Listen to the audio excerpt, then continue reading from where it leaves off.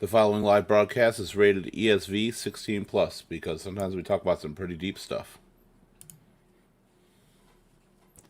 Good evening, everybody. Welcome to Ear Shoulder Voice. On tonight's show, we're going to be talking about some of the perils and some of the struggles that people go with when dealing with alcoholism. Sometimes from the family members, sometimes from themselves. Sometimes they've gotten over it. Sometimes they're still struggling every day with it. So we're going to discuss it all. We're going to find out what they do and what you can do. And most of all, we want to hear from you about your struggles and stories as well. You guys all ready to do this? Yep. Yep. All right, then let's do this. Love is everywhere. Love is everywhere. Gather together, always together.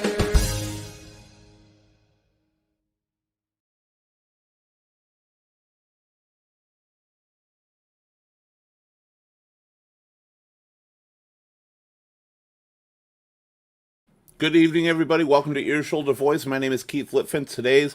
On tonight's show, the topic is, of course, battling the battle of fight with alcoholism. How has alcohol addiction ruled your life? How did it affect your friends and family? And how did you ultimately overcome it? Or are you still struggling to do such a thing? It's a big thing that a lot of people deal with. Fair note, and I want to give a warning on this show. If you are somebody who is struggling with alcoholism, we do drink on this show sometimes, and this is no exception. Understand, if you are one that cannot be on it and watch it and still struggling, that this is not the show for you. If you can handle it, please do. It's very important to know your limits and know what you can do. This show is about real life, and that's what we want to deal with most of all, and how people are. Don't forget, while you're here, you can like, share, subscribe, and follow to Ear Shoulder Voice on Facebook, Instagram, Twitch, Twitter, YouTube, and LinkedIn. We're on all those. You can call into the show very easily by going to earshouldervoice.com/join, and you can also chat live with us during the show. We'll respond to everything on Facebook, Twitch, and YouTube that you want to bring us, and even Twitter. All right, so with that being said, we can't have a show without panelists, and our panelists have gone through several things. They've dealt with it, and some are dealing with it themselves. So let's bring them in.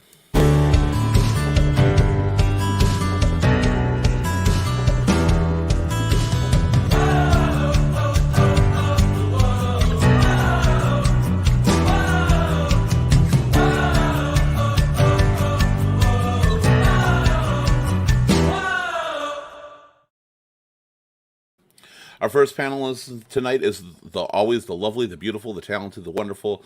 We can just never have a show without them. They are the most amazing person in the world, and every time they're here, they just bring sunshine. Bill, how you doing? I'm doing fine.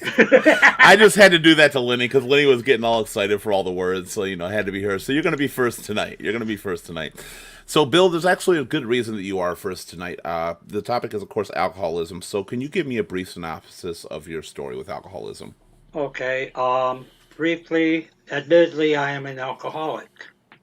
I started out as a partier, all right, in my younger days, and I drifted into alcoholism, and I've been battling it ever since.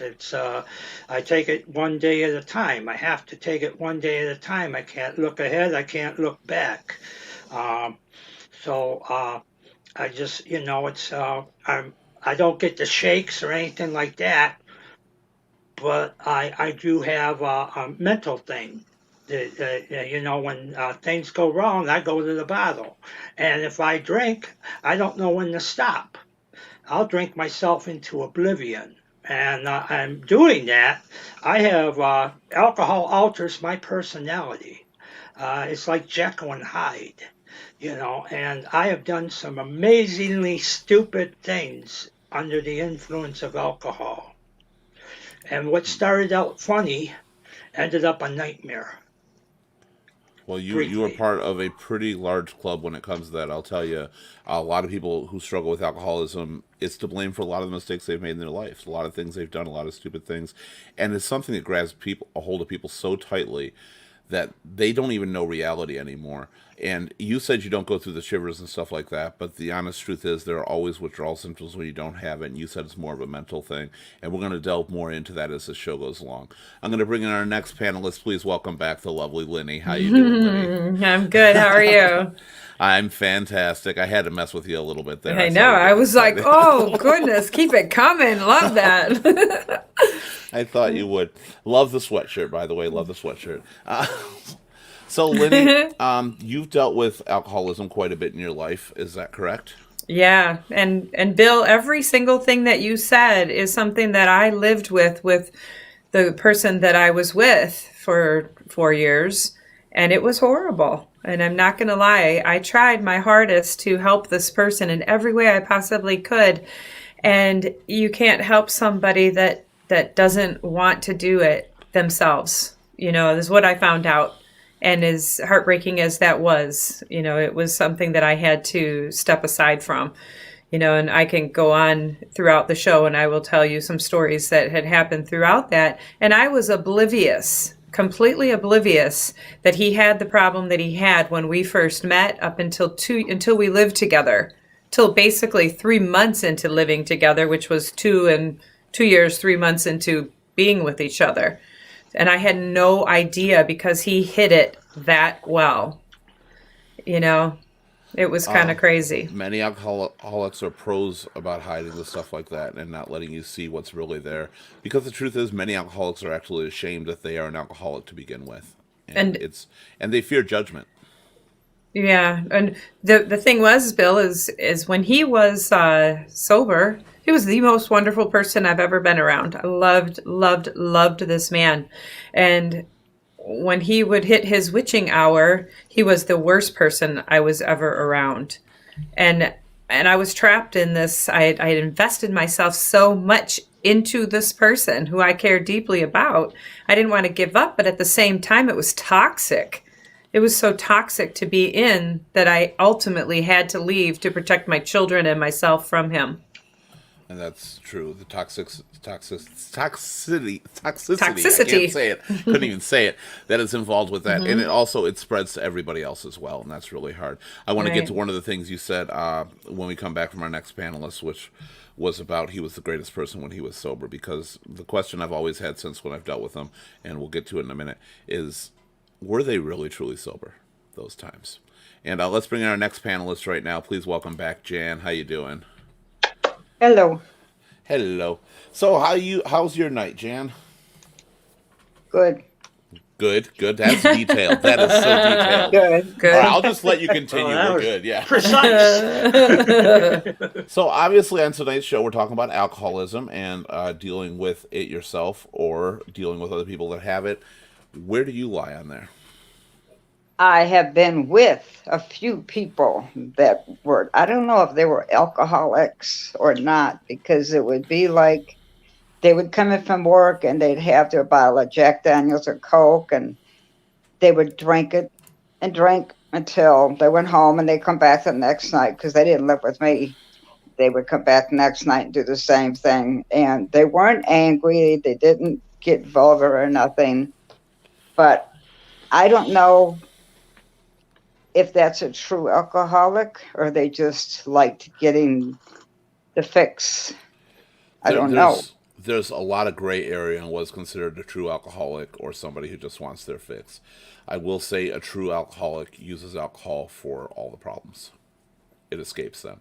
And they also can't deal without it. But there are also alcoholics there. People say, I can quit when I want to. There's alcoholics that can quit for weeks on end. The problem is when they start, they don't stop. Or they turn to it for everything else. He did pass away from cirrhosis of the liver. That's something that alcohol greatly affects. Even me, I'm not even an alcoholic, really. I make a career because of alcoholics. I won't lie about that. I do work in a bar or several bars on there. But it does have a big effect on the liver. I've got liver problems due to the amount I drink because I don't drink heavily, but I still drink daily almost. When I'm working normal, we're in a bar 7 days a week, so I'm drinking 5 of those days. The difference that I was talking about with an alcoholic and how you can tell and why I do not classify myself as one, obviously, is because I don't drink outside of this show and at work. If I'm having a problem, the last thing I want to do is pick up a drink. It's not a solution to me. It's something to relax me. And I also know when I'm drinking, I would say 90% of the times, I stop. Like, I'm getting a little buzzed, I'm good. Those are signs that usually is somebody who enjoys drinking but is not an alcoholic. But then there's the ones that don't care, and that buzz just passes them. Bill's here, the other Bill McLean, he says he struggles with the bottle every single time because the person that makes his moonshine gets sugar on the lid, and after 30 days on the shelf, I can't get that damn thing open. And that's the problem with homemade moonshine. That lid sticks on there like crazy because there's too much in there. Good to have you here, Bill. How's life treating you? Hope everything's good. All right, so we're gonna turn now a little bit to Bill, because Bill, I want you, because you're our one who is personally struggling with it. Turn to the start of it. When did you know you broke free from being somebody who enjoyed a drink to being somebody that had to have a drink? When things start going erratically wrong, okay, it didn't come. It didn't wasn't an overnight thing. It was a gradual, I was having trouble with my daughter, having trouble communicating with my wife, and she didn't like me when I was drinking, and I didn't see that. I didn't see that. And people would start telling me I was doing things that I don't even remember. Hmm. They say, well, you did this last night or you did that. And I'm like, no, no, that's not me. And Familiar. it's Hmm. I couldn't believe some of the things that was told. But there are things I do remember. I do remember punching out my widescreen TV. I do remember slicing my wrists.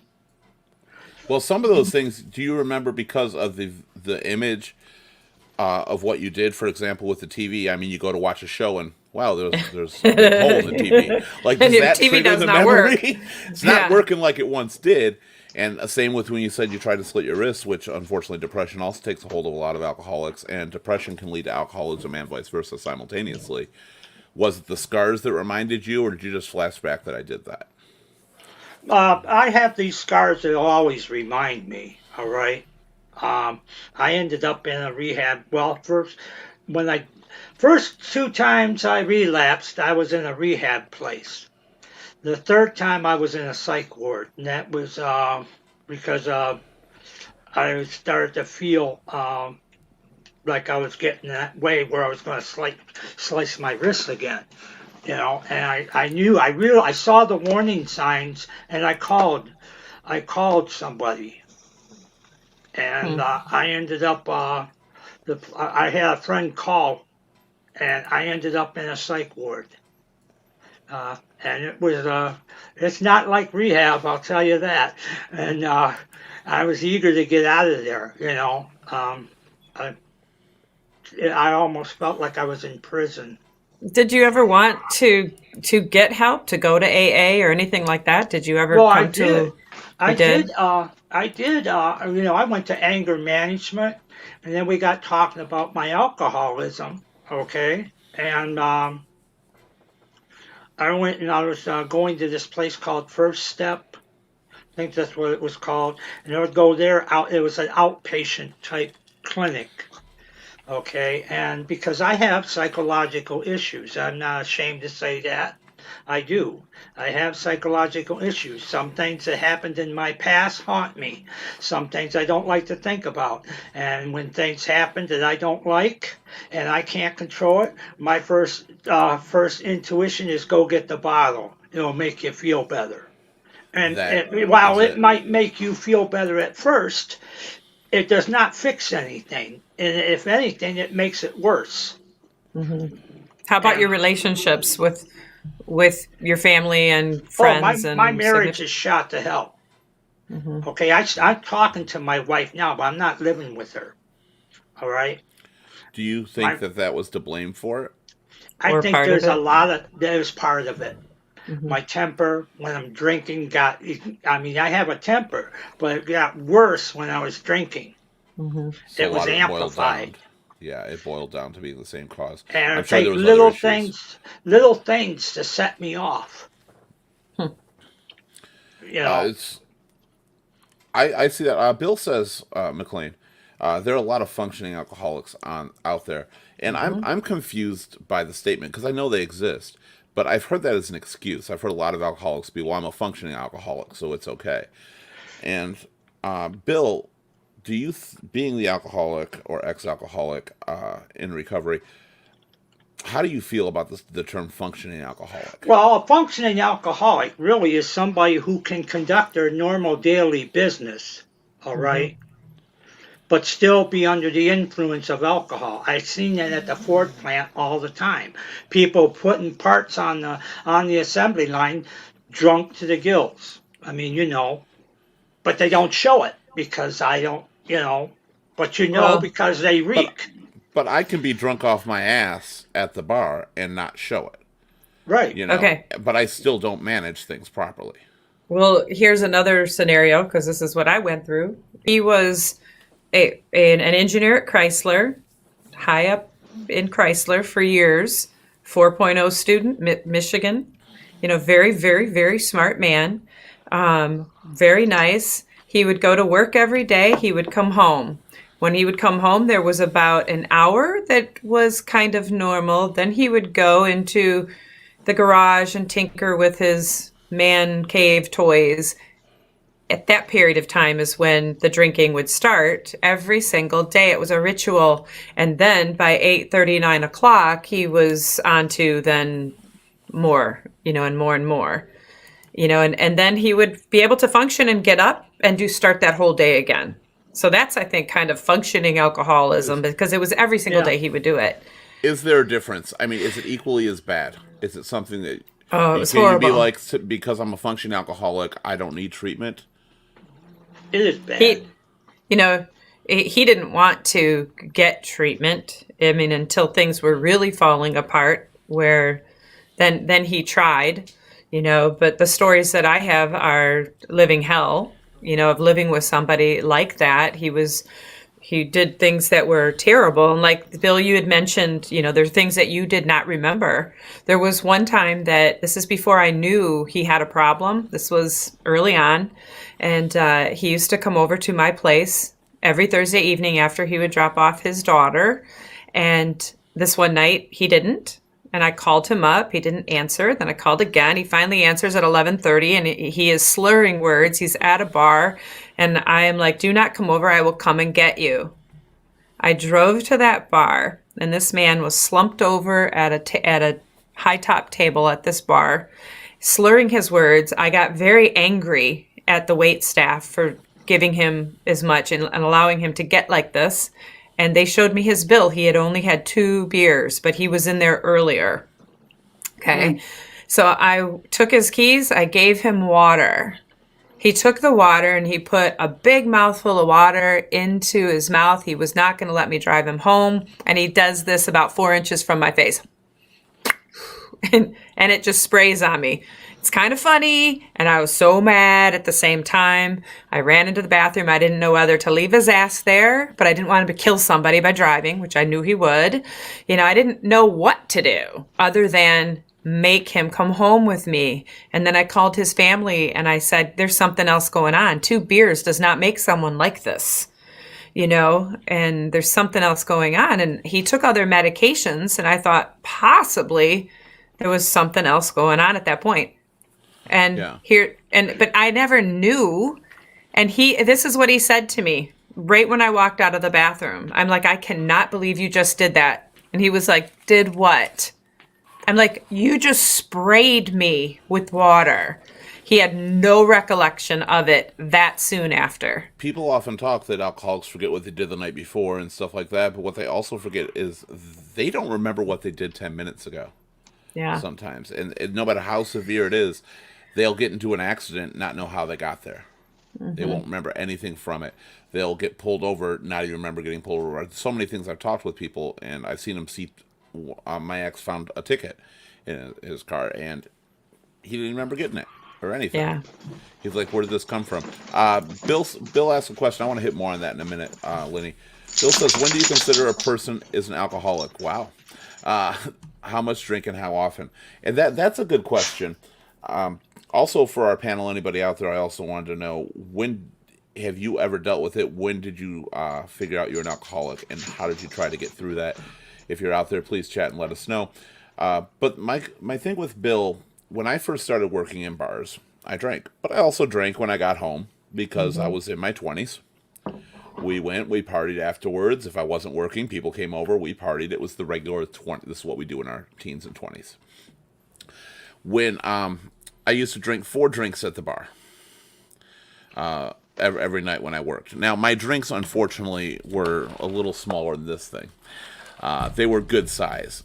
And we were running out, and I asked, it's 22 shots in a fifth. and she put 4 to 5 shots in every drink I had, plus I did shots through the night. And when I realized I was going through a fifth a night and feeling perfectly sober, perfectly fine, that was a problem. And I could easily, if I'd not have taken that moment, become an alcoholic.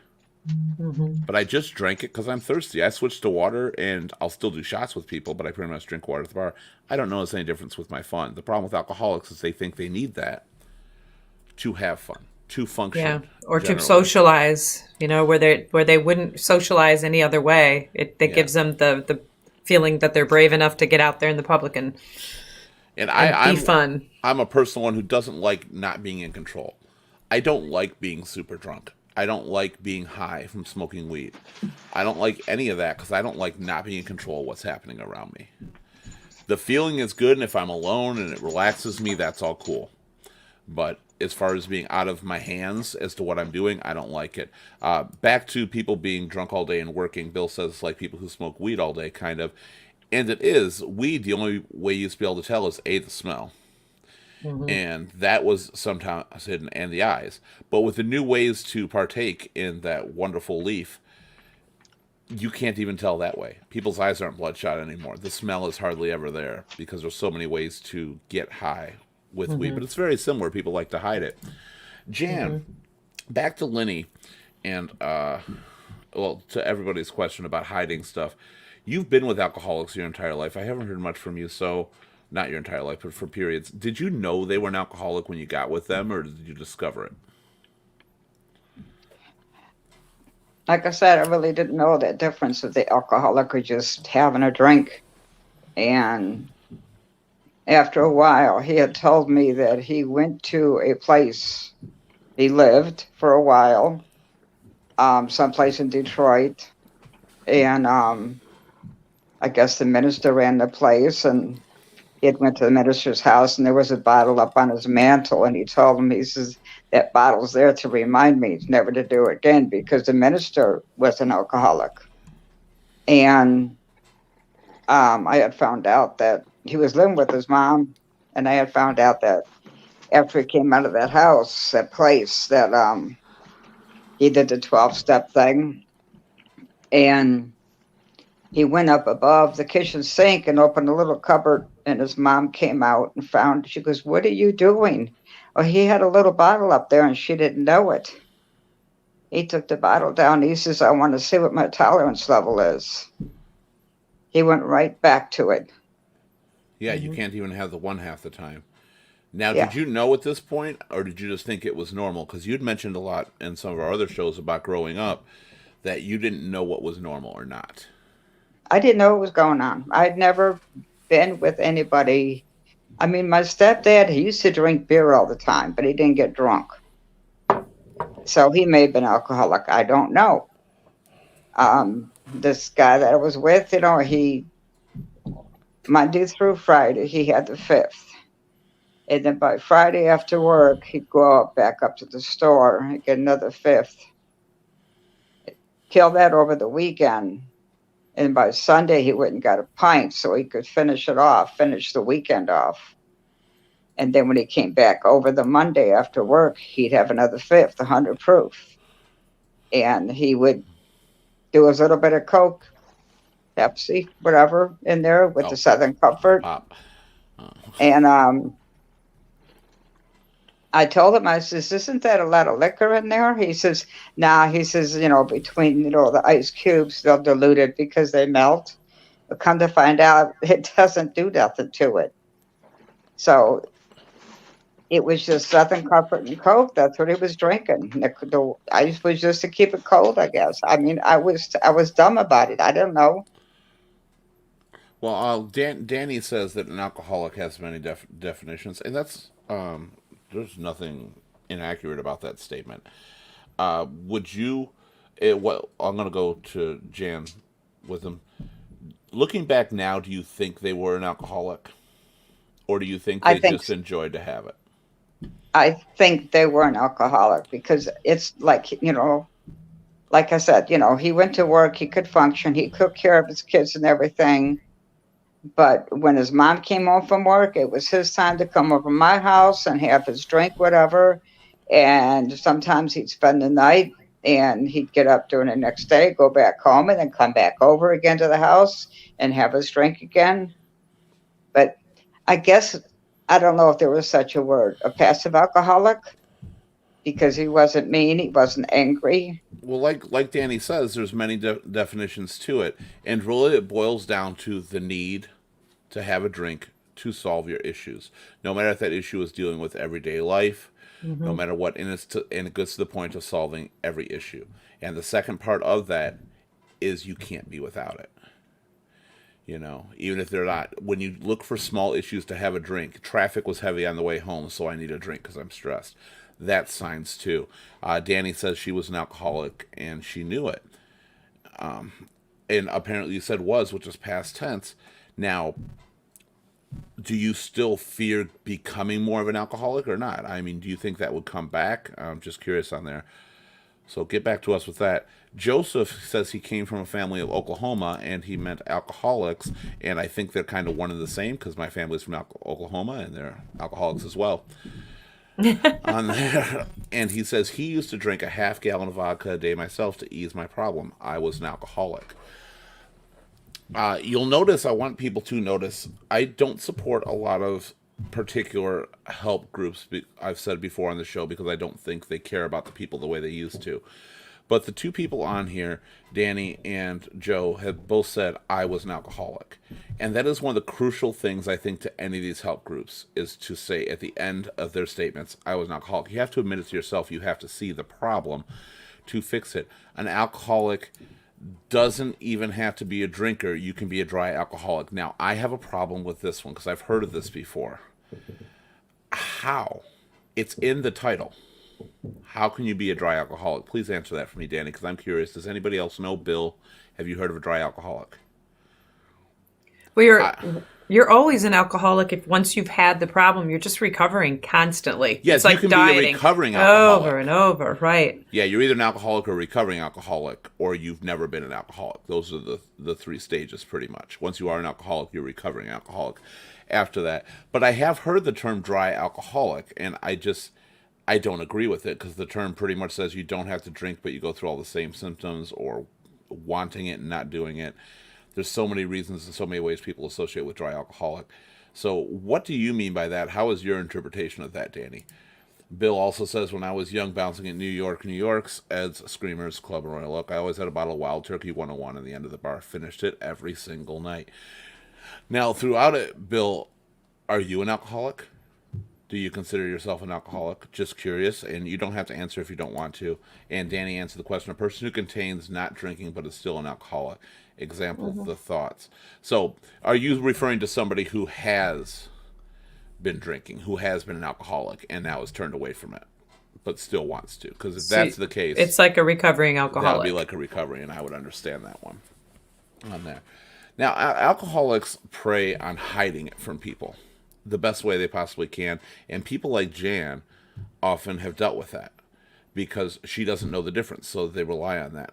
I did too, and one of the biggest things they say, actually I'll even go back to my mom and my stepfather, who was an alcoholic, and I didn't know he was an alcoholic at the time, but she was started marking bottles around the house because he drank brandy a lot.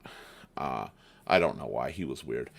My uncle did, Jack, but he drank brandy, and he would buy these big gallon jugs of brandy. They look like milk jugs full of it, and she started marking little lines, and I never knew why, and I found out why later. And he would disappear to his shop in the back room all night and just come out in the morning. And he always smelled of alcohol. I didn't know. I mean, my family, my mom didn't, but my family, the guys all smelled like alcohol. So I was used to it. I thought that was along the road for me. But they hid it. He hid it from my mom. My mom would have never been with him and had him around her kids if she would have known that. At what point do you let it go? At what point do you say that this is too much? Now, when I had my birthday retirement party that the kids gave me here, one of their friends brought in some Jello shots and some pudding shots.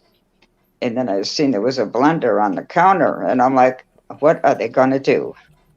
So the next thing I know, I was asking, he goes, "Oh, we're going to make you strawberry daiquiri." Okay.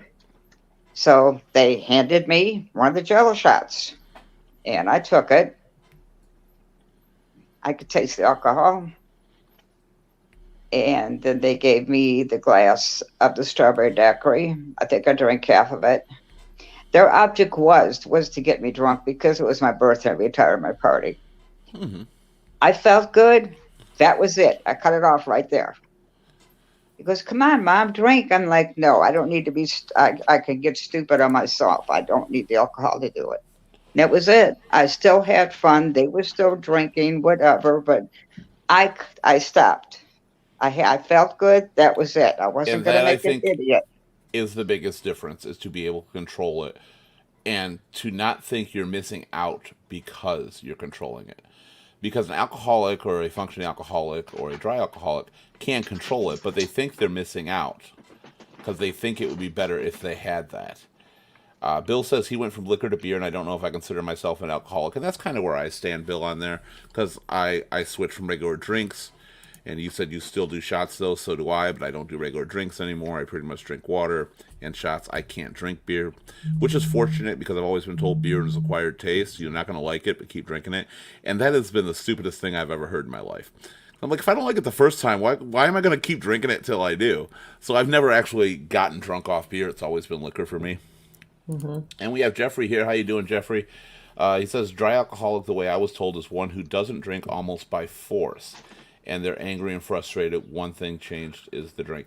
That makes a lot of sense, and that makes a lot more sense in there. And that's what I was talking about, the need to have it. Being able to pass it up, but thinking things would be better.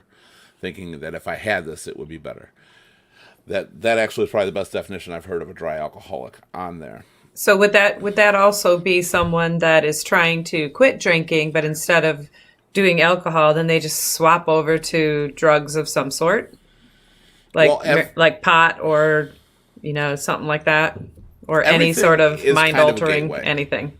Everything is kind of a gateway. That is true. People say there's gateway drugs or gateway this and that. But no, everything kind of is, because once you get used to escaping reality, once you leave that setting and you face reality, you realize reality ain't what it's cracked up to be. You're scared. You're frightened. You don't know how to function without it, so you look for something else. Sometimes there are better choices in there. Sometimes it's cigarettes, sometimes it's weed, sometimes it's water, wine.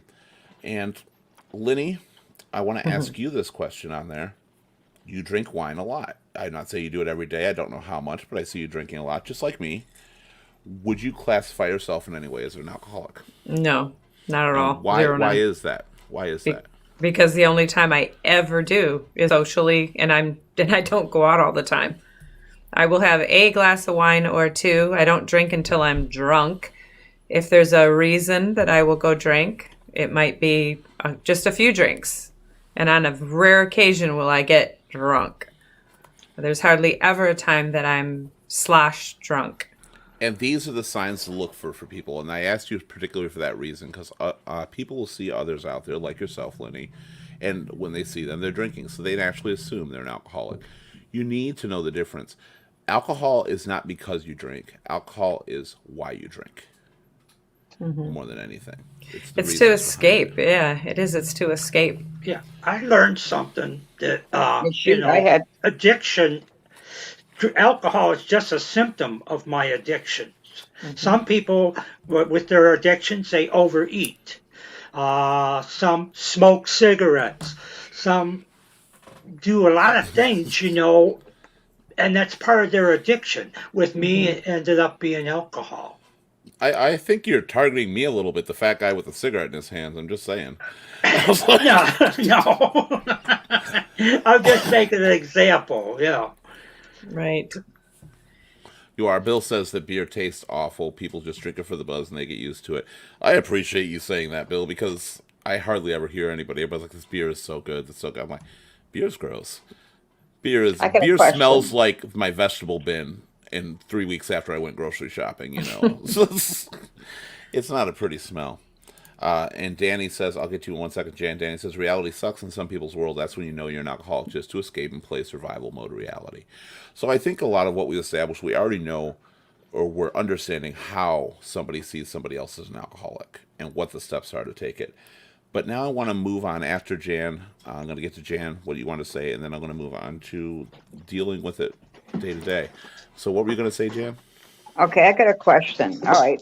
My oldest daughter, she used to work at a bar down here in Texas for a long time. She was a barmaid, whatnot. She wasn't old enough to handle liquor. She could, at the time, but she could stock it, whatnot. So when she got old enough, she'd start serving the drinks, whatnot. Well, the bar closed down, and the owner gave them a 8 foot, 6 foot cooler, whatever, in the garage. And they usually keep it stocked with beer, coolers, whatnot. Now, when they come home from work at night, the husband might have a beer or two. She might have one or two. Not every night, depending how their day was. She's a manager now. He's a manager of a store. And I asked her, I says, with all that beer and that cooler out there, does that make you an alcoholic? And he says, Mom, we don't drink every night. And when we're having a hard day, we come home from work, we might have a beer or two. On the weekends, they work too, both of them. They still working like almost 7 days a week between the two of them. And sometimes if they get the weekend off, they'll get drunk. They don't go nowhere, but they get drunk.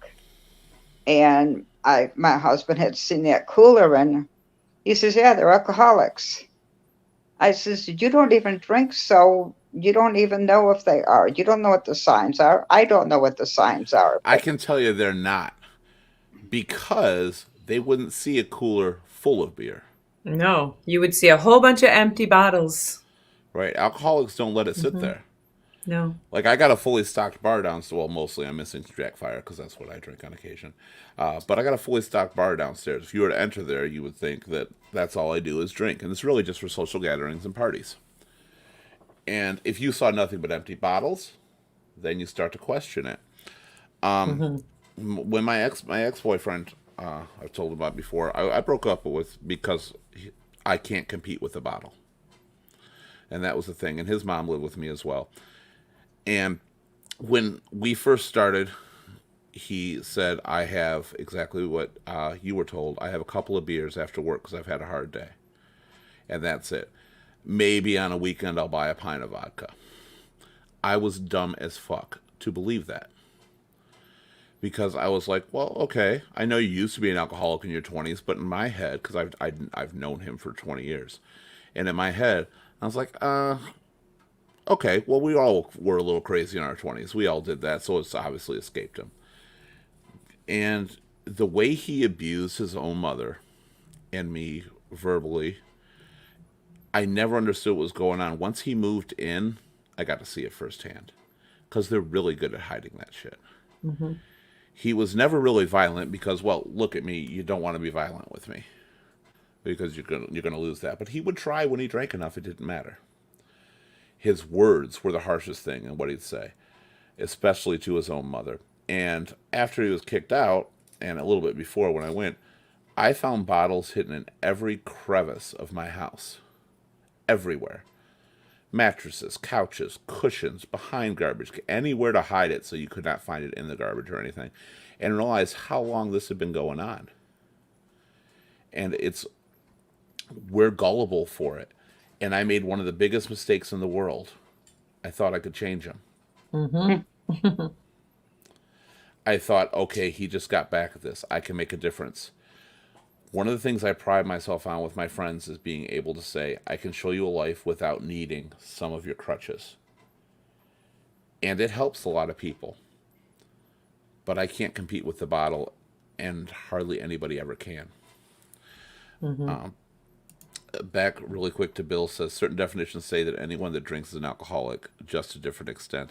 I don't agree with that one. I really don't. I have seen that if you drink, you're an alcoholic. Bullshit. I'm not a Twinkie-holic because I've had a Twinkie. I'm not a druggie because I took a Tylenol. Those are ridiculous. I think it's a ridiculous assertion, those that say that stuff. Danny wants the washer and dryer. Well, that's good. It's a good washer and dryer. Danny says, anyone who has to justify what or how much they drink right off the bat is usually an alcoholic. Completely true, and something I was blind to. And for those that have been with alcoholics, or even Bill yourself being one, has that situation ever crossed you? Yeah, my wife would talk to me about my drinking, you know, my slurring speech and stuff, and I just insisted that I was drinking to feel good. But actually, I was really drinking to get away. Uh, Basically, this is my belief. Some people might challenge it. I believe that once an alcoholic, always an alcoholic. You're an alcoholic for Yes. life, okay? Because that addiction, that want or need always pops up at times, all right? And so it becomes a day-to-day thing that you do battle with. That's why I go to meetings. That's why I do meditation. And that's why I listen to people. And that's why I call a sponsor if I feel like I'm getting in trouble. You know, um, so it's like a day-to-day battle. And I cannot say. I'm not going to say. Well, I'll be a year from now. I won't be drinking because I don't know that. You have to take Something it may one day at a happen time. and I may fall off the track, So but I'm taking it day to day. So far, I have been 9 months dry. Okay, but I at one time was a year dry and I fell off the wagon. But you briefly, I mean, you talked about that before. You only briefly fell off the wagon, you got right back on. There's nothing wrong with falling off the wagon. The problem is staying off of it. Yep. You got to get back on.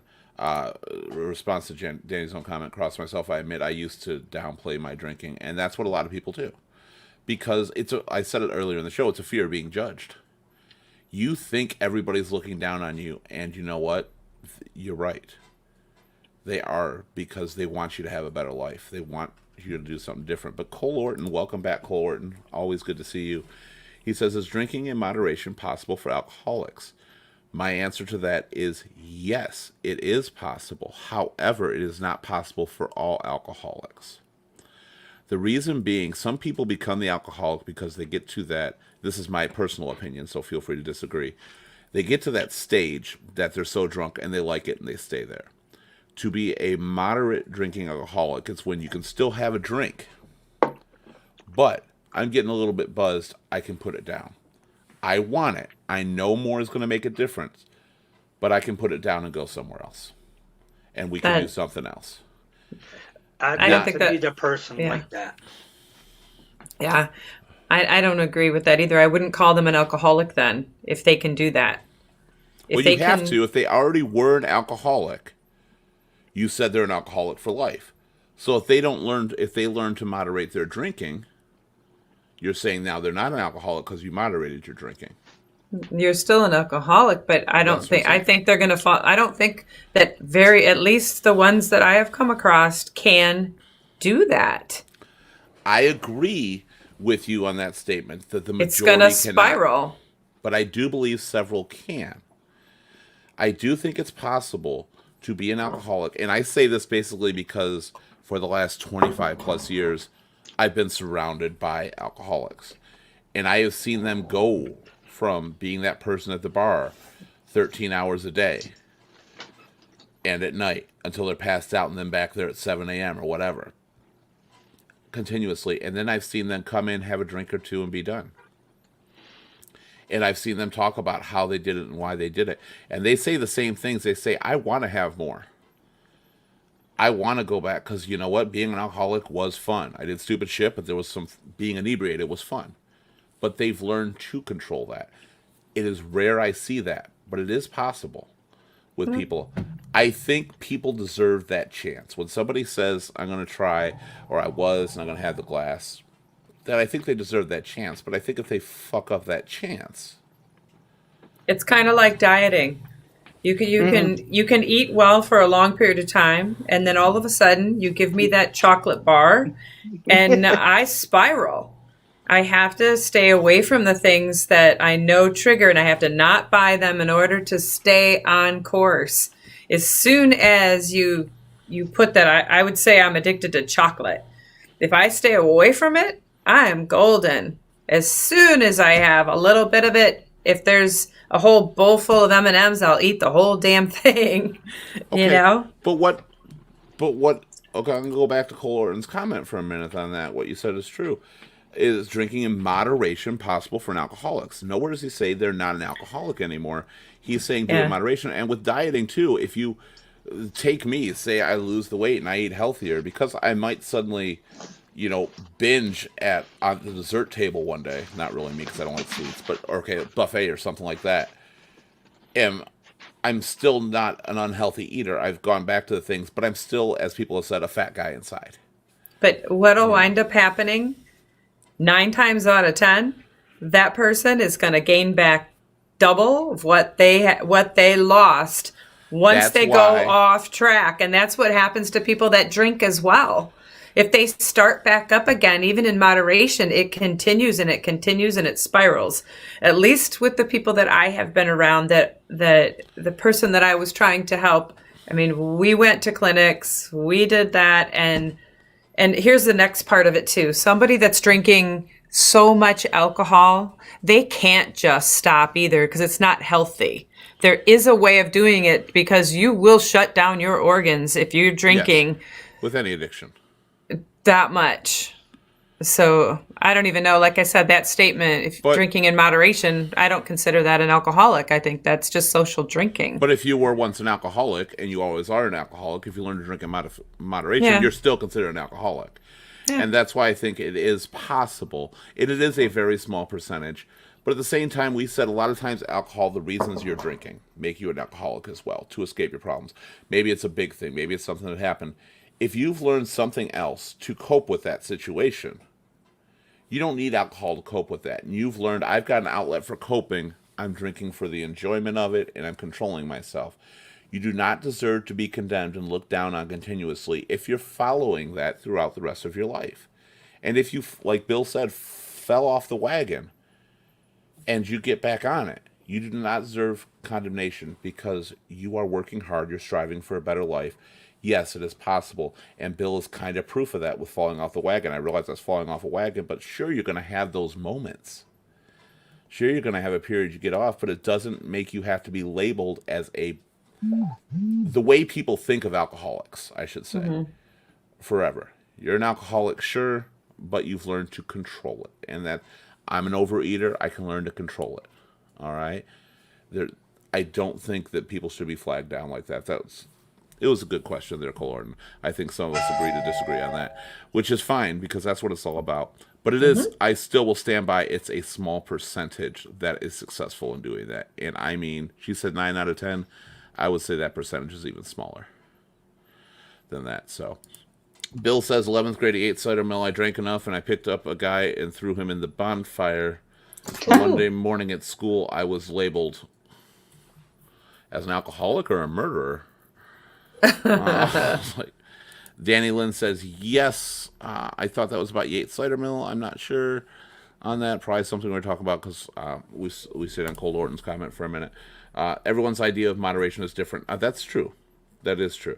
If you're drinking 10% of what you drank before and you're never getting out of control and you're handling your problems in a responsible way, I think that is moderation. And if you are okay with that more than anything. Well, here's another question to that moderation thing. So you might take away the alcohol and put it in moderation, but if you take something else and put that in the alcohol's place, like whatever, it's kind of like just simply addiction. The person that I was with was addicted to everything. So he might quit drinking for a while and then he's working out like 10 hours a day, he would just go overboard with the next thing that he went on to. And then once he realized he couldn't sustain that, like a diet, he would go back to the drinking. And then it became even worse. It was just a spiral of But stuff. I'm a little bit on the offensive side with that comment there. because to say you're going to replace it with something, that's true, but there are a lot of things healthy to replace things with. Yeah. Working out to the extreme you said he's talking about probably isn't sustainable. He would But work going- out to the extreme, or he would go to whatever medication, self-medication he could get, or he would go to smoking pot, or sex, or you're cheating, or assuming- whatever it was. It became an obsession.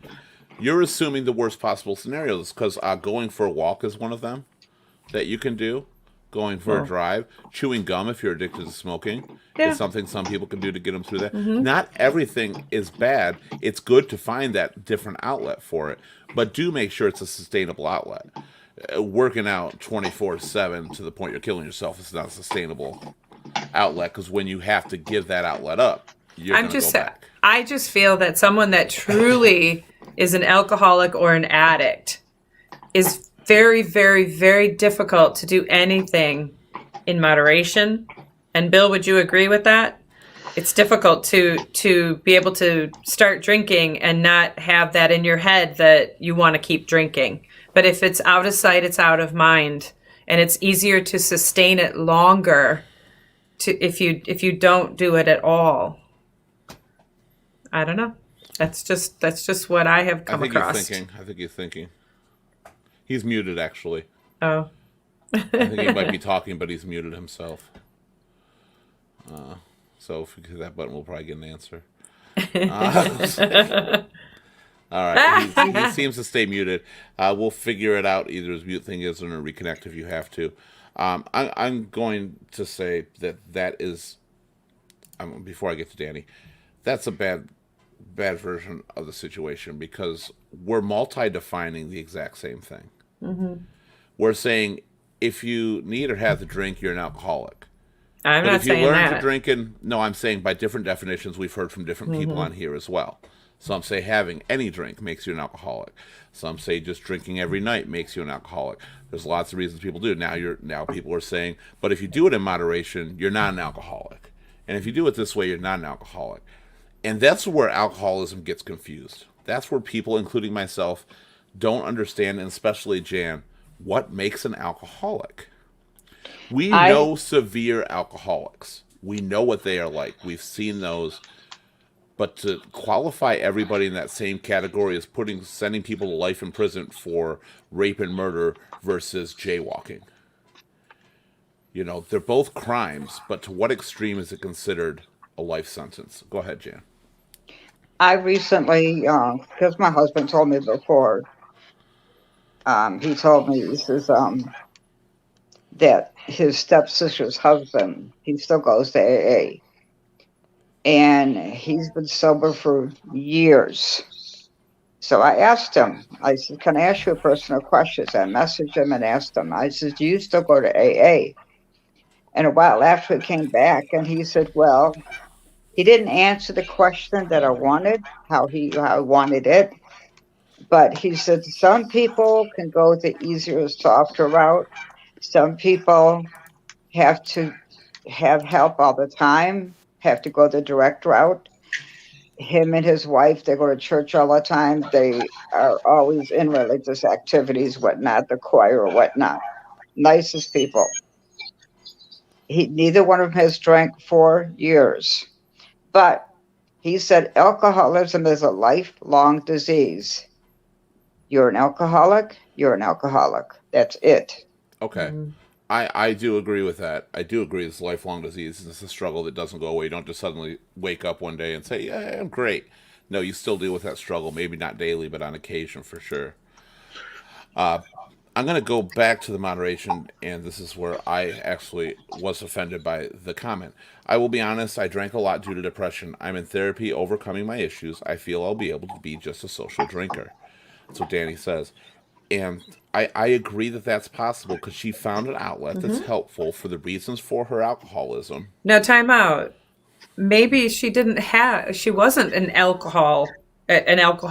She suffered from depression and used alcohol at that point in time and was able to just quit once she maybe found the right avenue to work with her depression. But that's the majority of alcoholics drink because of depression. Not because all. they don't have, I said the majority, not all, but the majority do, or some underlying issue that could have another outlet. So when you find that outlet, suddenly you weren't an alcoholic. I don't agree with that Well, statement. maybe you were never an alcoholic to begin with. If you could easily stop, you were not an alcoholic to begin with. So are you?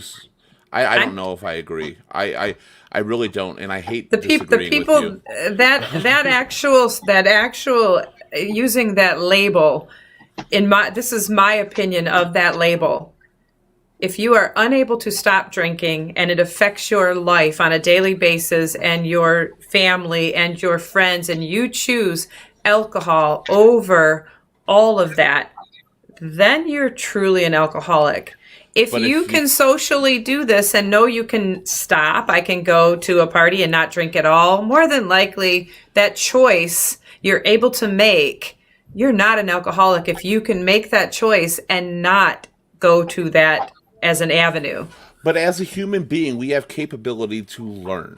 And when Danny was going through her depression, and she was drinking because of the depression, she had not found that capability. And I'm sure she felt exactly like you just described to be an alcoholic, that she needed it. She needed to overcome. She couldn't stop. She couldn't quit. She found a way. She learned. And once you learn, it doesn't mean you were not, you're still an alcoholic, but you were not an active alcoholic, however you say. You still were, but you've learned to control it. And if you know that if you, and Danny might too, she says specifically, I feel I can be just a social drinker, which is saying right there, if I go overboard, yes, the alcoholism will probably come back. So she's limiting, I can be a social drinker. If I wouldn't have made that decision I made, drinking as much as I was on a regular basis to kind of cut it, I'm doing too much here, I'm used to it, it's not affecting me, and I'm not seeing the issues that probably a lot of people around me saw, then I don't consider myself an alcoholic. I don't think I was because I stopped it too early, but I just thought about it at the right time.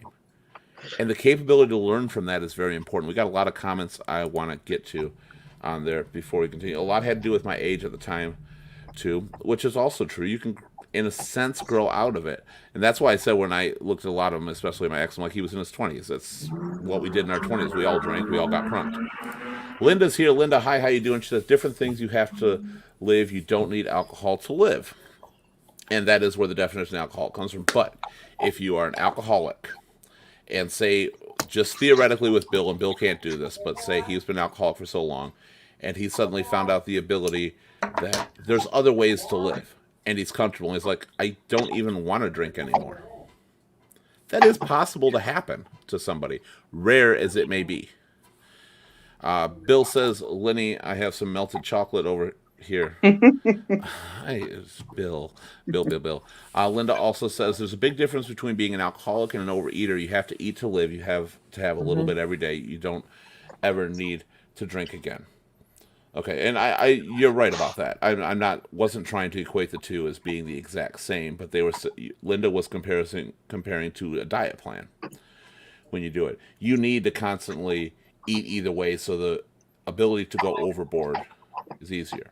And with alcohol, you don't need to drink every day, but you can possibly drink daily and realize there is a point of going overboard you do not want to hit.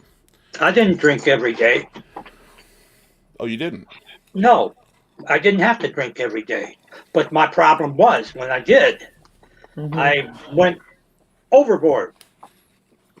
Okay, and that's the type of alcoholic I am.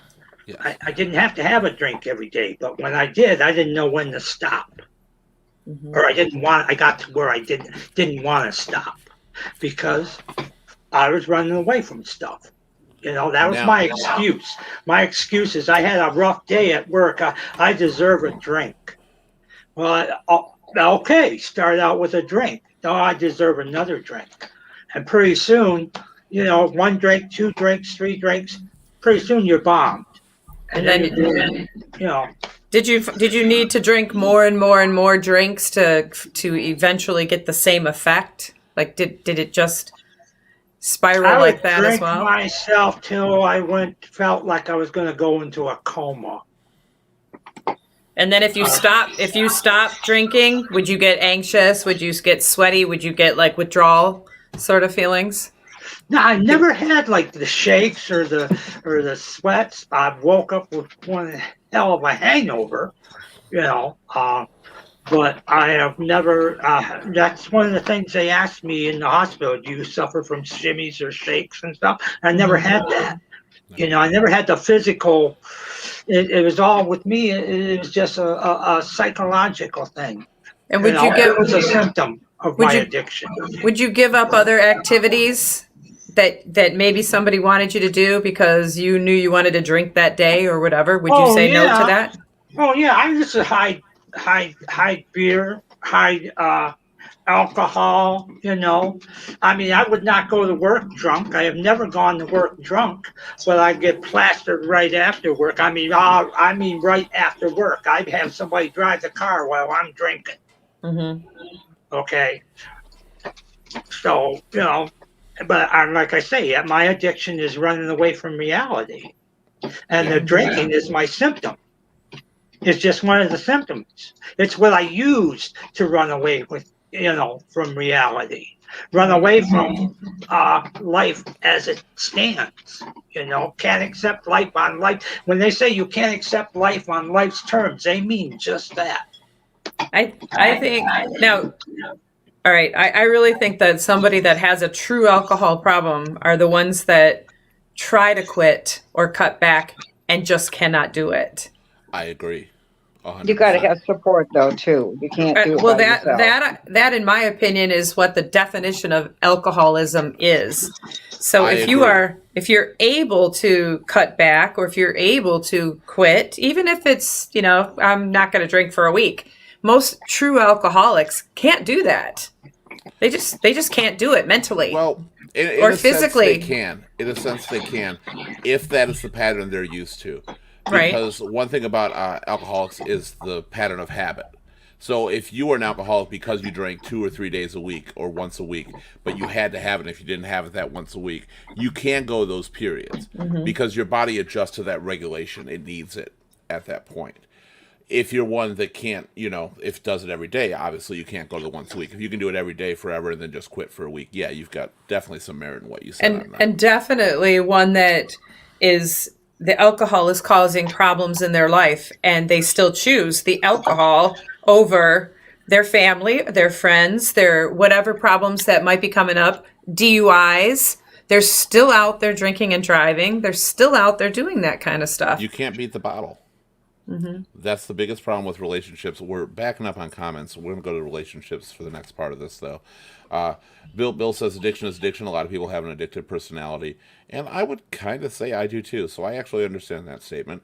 Addiction is addiction. Some people enjoy something, they stick with it. And I do it with a lot of different things out there.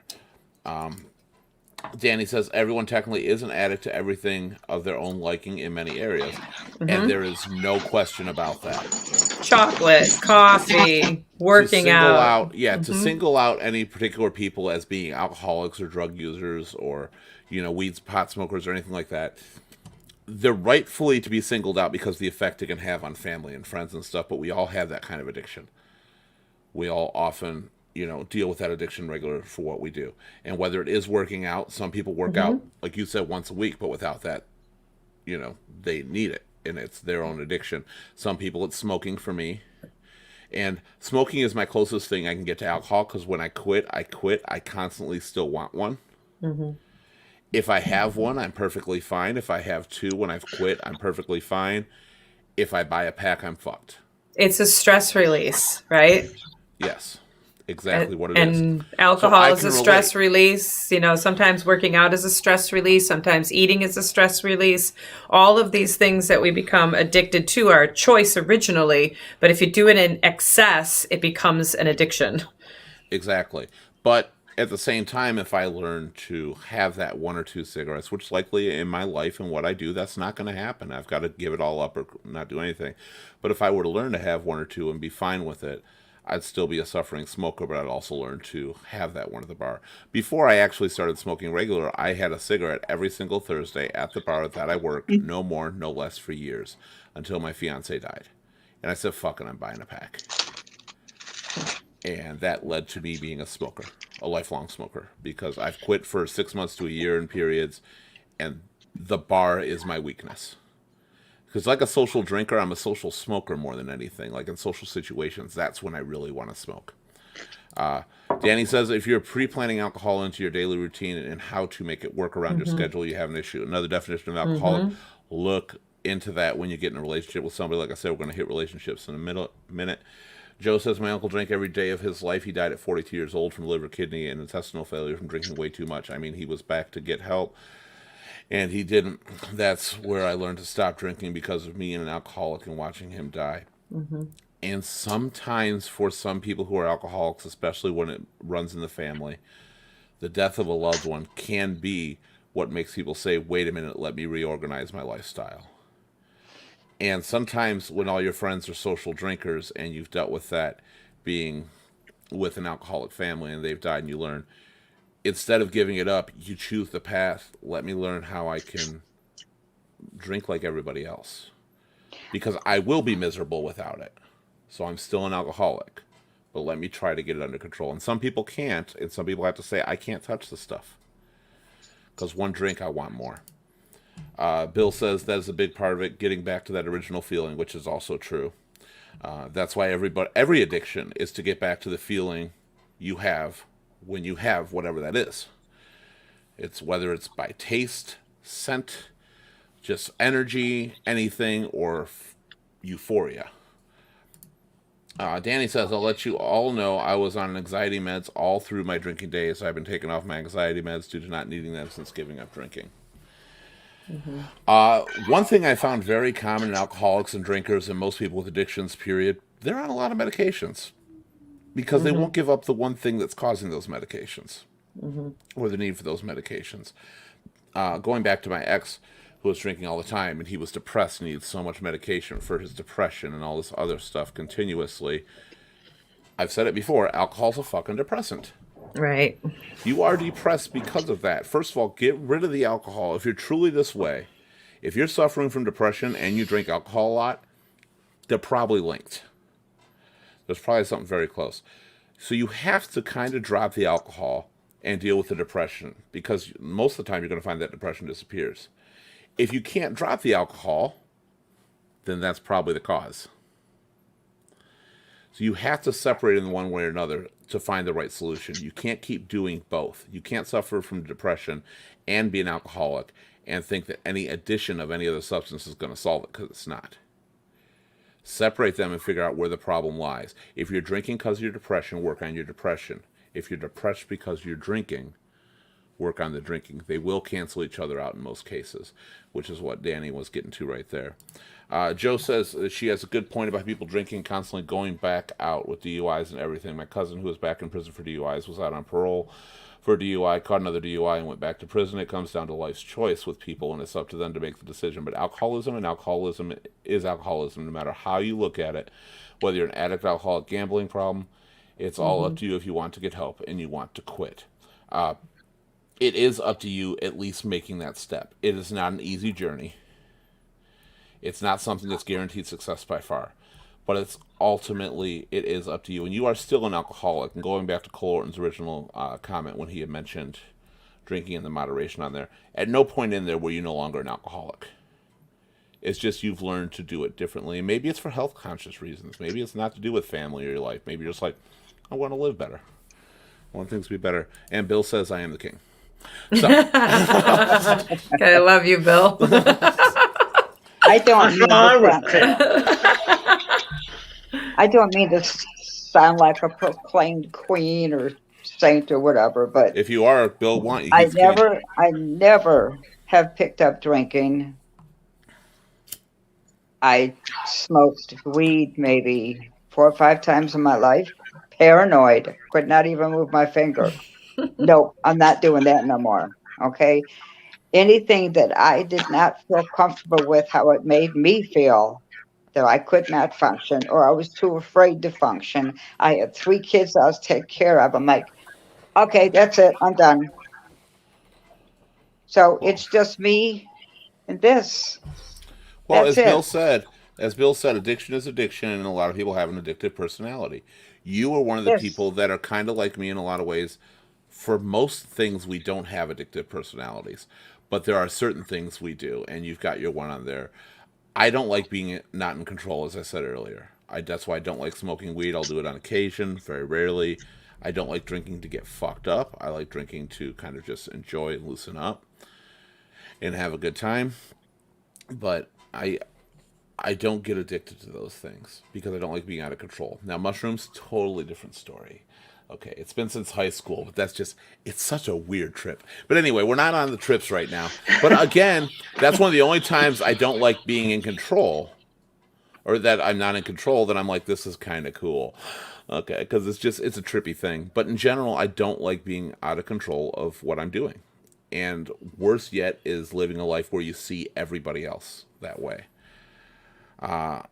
Bill says, Lenny, I am the melted chocolate king. Then you're mine. Okay. Sounds like he shits himself a lot. Okay. You're going to have to give in. You're going to have to give in. Oh, it's In response, Danny says, I feel meds are given to alcoholics by psychiatric doctors to try to help the alcoholic deal with issues while not drinking. It's just a filling hole. It's a way to continue money flow. It's an easy target. And that's the problem. Because a good doctor or any of those people would be like, your problem, this is not going to help it. You quit drinking or you're going to die. You quit drinking, you're going to hurt the people around you.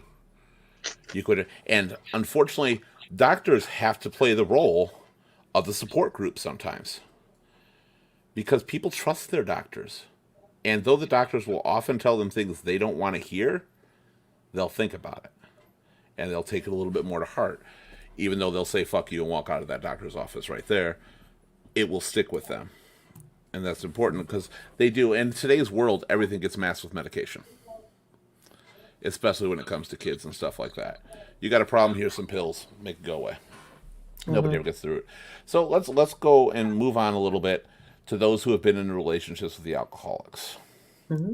And Lenny, I think you've probably been in one of the worst ones. So Yeah, start it was with you. awful. I mean, it was wonderful and awful. You know, he hit it very, very, very well. The first 2 years, we didn't live together until like year 2. Year 1, he always brought alcohol over to my house. Always. And I found myself, here's one thing to all you girls or guys. When you're in a relationship with someone and everything revolves around drinking, that's your first clue. I was oblivious at that point. Okay. The next thing is the behaviors that they do, how they treat you when they're drunk, all of those sort of things. Pay attention to that because a lot of times they'll be very, very, very verbally abusive and that sort of thing. Now, here comes, once we lived together, it took me 2 years to figure out the problem that this man actually had. At like just a few months of living together, we would always have a few drinks at night. He would always bring in some beer or wine cooler for me, and he would drink his beer. But what I didn't realize is that from the time he got home, he always went out to the garage and tinkered with his man cave toys and things like that. Well, one day I decided to go out and clean the garage. And I opened up a 50-gallon drum, of garbage to take out garbage and clean. And it was filled with empty Jack Daniel bottles. And this is only within a few months of us living together that he was drinking all that before he would come in and then have those few beers with me. And I would always wonder why it hit him so hard when he'd only have a few beers. Well, then the problem, once I called him out on the problem, then our life became a little worse because I wanted him to get help. He didn't want to get help. He felt he could function on his own and he could deal with this himself without getting help. But what it eventually happens in the relationship, at least it did with me, there's lying, there's cheating, there's a whole lot of behind your back stuff. And I think he kind of enjoyed that. There were odd things that he would do. We wound up at a bar one night and he took out his phone and just put porn on when we're waiting for a seat, and he's just laughing, looking at it. He's already drunk. The behavior that becomes absolutely absurd, and then they blame everything on you. So if he hurts himself, it was my fault that he drank and hurt himself. It was never his fault that he did those things. And what eventually happened was I didn't want to be, I knew at some point I was going to wake up and find somebody that didn't wake up. He would profusely sweat every single night. I mean, horribly. Typically, red nose, red face is another indicator. A lot of broken capillaries in the face when they overdrink constantly. Yeah. The cheating. I came home one time to him having a party, and all of our pictures were hidden, and there's Sex in the Beach alcohol and stuff that he does not drink in our refrigerator, and the sheets are off the bed, that he never did the laundry ever, and I came home a day early and called him out on that, and finally he did say, yeah, he had cheated on me, so it just. And here's the worst part with being involved with someone like that. I invested 4 years of my life to this person, and I loved this person. And I'm a strong-willed individual. I left my husband for cheating on me. And this man not only cheated on me, he lied to me. He cheated on me in a horrible way. He did things that were very vindictive constantly, and I was in this place with my children. And eventually I was just like, no more. Can't do it. Yeah. He left me at a bar one time because he was mad at me. He just up and left. I had no way home. You got your revenge on that one, though. You did it at a restaurant. Did you not do that at a restaurant at some point? You got your revenge. What's that? At a restaurant at some point, with the point when you just up and left him? No, but that I was going to go back and get him. I couldn't get him because he left. But yeah. It's just, and then eventually he killed himself. Yeah. It was a matter of time before it was going to happen, and I did not want to be around it with my children. You see what's going to happen. My thing with my ex about the same amount of time, and he's one that would have definitely, I did love him, and I would have changed my lifestyle to be with him for the rest of my life for who he was. But I discovered that who he was when I thought he was sober might never have been actually who he was, because he probably still wasn't sober. Mm-hmm. He was just at a point of being able to hide it. I knew, like you, that the relationship was over a year before it was actually finished. Mm-hmm. Like, it was done. There was no bringing it back. There was no changing it. And for the same fear, one day I'm going to wake up and you're dead. Mm-hmm. I came home one time from work. He's in the shower in his underwear, just a shower running on him, sitting down Indian style, just rocking. I mean, they do weird things. They're not understanding. I came home, saw him pass on the living room floor in a huge puddle of his own puke. Couldn't even move him. And of course, by the way, when it comes to that with any drinker, I don't care if you're an alcoholic or not, that shit sits until you fucking clean it up, because I'm not touching it. Like, that's all on you. And I prefer you do it when you're hungover.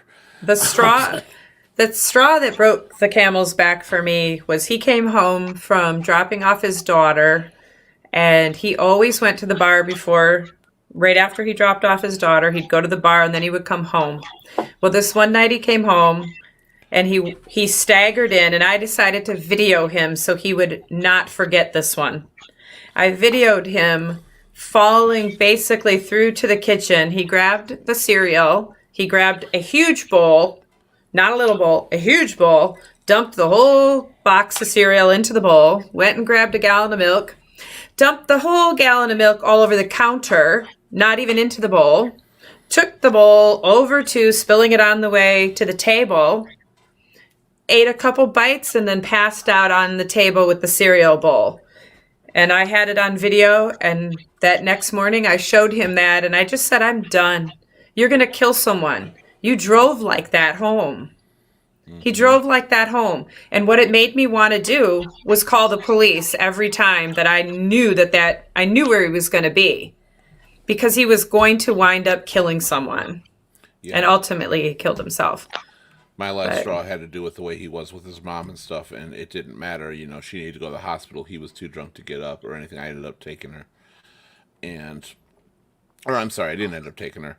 She refused to go because it wasn't him, but he wouldn't get up from being drunk and passed out. And I'm like, if you'll do that to somebody else, and you're that drunk that you don't even acknowledge, and you're not going to sober up because of that situation, like most of us, even when we're drunk, if something major happens, we sober kind up. of sober up. Yeah, Oh, to yeah. get what's done. We'll suffer for it afterwards, but for that moment we'll sober up. And I realized I was done. Another thing that Bill says, addicts usually find addicts when they hurt people, which is true. The only friends my ex and many alcoholics I've known that they hang out with are other alcoholics. Those that condone what they do because they're part of it, rather than thinking everybody's looking down on you because you're doing what you do and you're the oddball. And the other thing, and Bill, you can answer this one. Every time that something negative would happen, and it didn't even have to be to him. It could be I could come home and just say, oh my gosh, this is what happened today, and it was something negative. He would use that as an excuse to drink. Is that a typical something that happens to Yeah, something people? didn't go my way. I wanted control, and I couldn't control it. I would use that as an excuse to go out and get Well, traffic. what she's saying Had a is your terrible wife. time at work, so It I didn't got to even- go out. It didn't even have to be pertaining to him. I could say, oh my gosh, I almost got in a car accident today. And it would stress him out so much. He couldn't console me. He would go grab the alcohol. He would go smoke a joint. He would do something to not have to hear anything negative. Right. He would would just- deal with it. Yeah. Yeah, Yeah. sometimes He my didn't wife wanna would deal- say he something didn't that wanna would deal would bother me, and I would go out and get drunk. And I think the reason for that is it's reality. People Yeah. drink to escape reality. When you bring up the reality of things going wrong, whether it's through them or anybody else in their world, they don't want to be reminded of reality. They want to go back to that place that they just don't care. Everything is all solved in that bottle. And then if you, and again, Keith, you've been with someone. The other thing that went through me was I was afraid to leave him because I was afraid to trigger him committing suicide because it would make him so sad or unhappy. I already knew that anything negative was going to create a bad situation. Well, this was a very big negative because I did love the person. I just didn't want to be around it anymore. I didn't want to be Yeah. subject to it anymore. And I felt trapped that I couldn't leave him. And talk about the damage to the people around you. Like Bill says here, 3 ex-girlfriends, big boozers, they all died in car wrecks. It damages the people around you as well because they don't want to see that happen. Just like you with your ex-boyfriend, me with mine. My girlfriends have never been drinkers. I wonder why that is. Anyway, but like most of them are. Cole Orton though is here. Again, he says, how much does alcoholism affect your finances? And this goes back to living with the alcoholics. Is alcohol still very cheap nowadays? Just seems like people can easily buy as much as they want with no financial problems as a result. Now, that depends on your type of alcohol. I know people that are happy with a fifth of Mohawk or, Heaven Hill or the stuff that's like $6 a bottle for a fifth. Because it's alcohol. It gets them drunk. They don't care about the taste. For them, it's not directly financially bad, but the effect it has on your life is financially crippling. When it comes to, first of all, tickets and accidents and shit like that, broken and damaged goods, losing your license, paying fines, Losing your job. losing your job, your career, losing your kids, your wife, your family, divorce. So There it's huge. Yeah. The financial part, as far as the long term, is massive. It is, just like Lenny says, it's huge. As far as being cheap, well, that depends on what you drink. Like Anthony, he's been on the show too. His drink of choice is Jameson. That's what he likes to drink. He's not an alcoholic, but he drinks Jameson. If he was an alcoholic, well, that's going to be very expensive to keep up. A fifth of Jameson is like, $40 some bucks. So doing that every single day, you're talking $1,000 a month. in just those Jameson bottles. Well, and how much is a DUI? About $10,000. And the struggle of losing a job from a DUI because you can't get to work, losing your vehicle impounded, can't get it out. That's something that constantly happened with Lawyers, my ex. Was his vehicle was constantly impounded. He lawyer made fees. yeah. Now, my son went from, I don't know if he was an alcoholic per se. I think he was. We were out of contact with him for like 7 years. So he said he was trying to protect us from how his life was when we got back in contact with us. And we got Shane back. We got my kid back. He was somebody we could talk to. He would talk to you. He would answer you. He wouldn't hide nothing. And before that, he was living with the lady. She was renting a room out, and he had got arrested for some reason. And some eldest daughter and myself, my husband, went to the apartment, and we went in the room where we cleared it all out and everything, and went in the closet, and there was a bunch of trial-sized mouthwash bottles, little bottles of alcohol and stuff. And my daughter told me, being that she worked at the bar at one time, Mom, he was drinking the mouthwash. He was drinking those little bottles of liquor. He was drinking that cologne. Oh, He ended up going into hardcore drugs. He showed the scars and the tracks on his arms. The last time we seen him, which was a few months ago, he's going to be 41. He looked like a 50-year-old man. It And definitely takes a toll on the body. he's in depression now because he had an accident, killed somebody, whatnot. He almost died. But we don't hear from him now. He's out of our life again. He's disappeared again. But how does that make you feel? He tells me I'm wrong, but it makes me feel like I did something wrong. I brought him up no different than the other two kids. No different. And his peers got him doing the weed to start with. And then maybe they got him into the bigger drugs. I don't know what happened. He was out of our life for 7 years. I have no idea what happened. And he always tells me, not so much anymore, but when he came back to us as a person that we knew, he said, Mom, it's all on me. It's got nothing to do with you. It was me. Nobody else told me to do this. I did this. Did that actually help you though? Do you No, believe that? That's the no. biggest problem. They don't realize the effect it has. More on that in a moment. Just going back to the how much does it cost from Cole Orton. Bill says prim and proper boozers It in costs your whole Birmingham freaking life, your family, and drink everything. It's what $65 it shots. costs you. That's true. If you can drink a $65 shot, well, you're not an alcoholic as much as a fucking idiot. Because I get mad when my entire tab's $65. Like, that's for a lot of shots for a lot of people. And there still can be expensive.